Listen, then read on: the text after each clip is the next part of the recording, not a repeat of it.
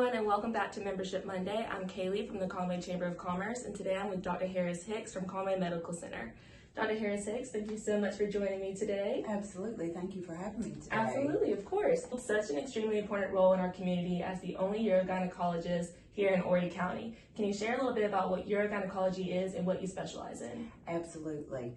As a urogynecologist, a physician can reach that board certification either first through general OBGYN training or urology training.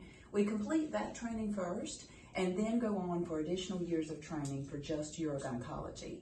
As a urogynecologist, we focus on pelvic floor disorders. Specifically, we treat those disorders in women that cause urinary incontinence, unwanted leakage of urine, fecal incontinence, which is losing stool before you can reach the restroom, or pelvic organ prolapse, which is when organs of the pelvic floor start to fall. A lot of patients will refer to that as their bladder has dropped. And those are the three main areas that we focus on as urogynecologists. Awesome. I didn't know that, so that's super interesting to know. What minimally invasive procedures are offered today? Absolutely. Well, there are non-surgical options, which we offer as well through the office at Southern Shores Urogynecology. And also there are minimally invasive surgical options, which we offer here at CMC. We can utilize robotic laparoscopic techniques as well as transvaginal surgery. All of those surgeries can address issues of both fecal incontinence, urinary incontinence, and pelvic organ prolapse, and they're same-day surgeries. So those patients are here for just a few hours of recovery at the hospital, and then they're discharged home with their loved ones. It's wonderful to be able to offer those services here at CMC with minimally invasive surgeries because the recovery is so much easier for patients, and they're able to return back to their normal life in a shortened period of time. As you mentioned, pelvic floor disorders such as incontinence and prolapse are extremely common, yet so many women are still hesitant to speak about them. Where do you think that hesitation comes from, and how do conversations like this help? Absolutely. Well, we've known for many decades that there is a very high incidence of pelvic organ prolapse, fecal incontinence, and urinary incontinence, and yet most women feel that they are the only people in the world who suffer with those issues. Most of that reason comes from embarrassment and lack of understanding of our anatomy as women. We know that these disorders, because of their negative social impact, result in high issues of depression, isolation from the community, lack of participation in activities. But yet, we are, as urogynecologists, the field that focuses just on helping women with that.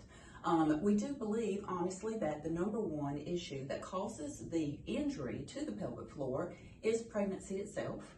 And then delivering of that child, rather, is the next injury to the pelvic floor. So all of these disorders result from injury to the muscles and the support tissue that's a part of the pelvis. There are other activities, including smoking, whether that's primary exposure or secondary exposure, that will increase the risk of these disorders. There's other high blood pressure, as well as obesity and diabetes. All of those disorders result in injury to the blood supply of the pelvis, which then worsens the injury that may have happened, and so it is a progressive disease. Unfortunately, a lot of women will believe that this is just a natural part of aging. It is not a natural part of aging. Losing urine before you can reach the restroom or stool or having prolapse is a direct reflection of injury to the pelvic floor. There are women that will have these disorders that were not pregnant.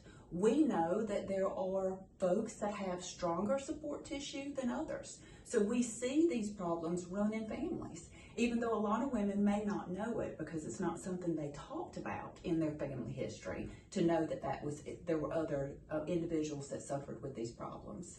But the thing that folks need to know is this is not normal. It's not just a part of getting older, and you don't have to suffer through life with only using pads or pull-ups or restricting your activity or being sad or closed in at home and not participate in activities, because we have both surgical and non-surgical options that restore quality of life, that are long-lasting, permanent options to eliminate these problems.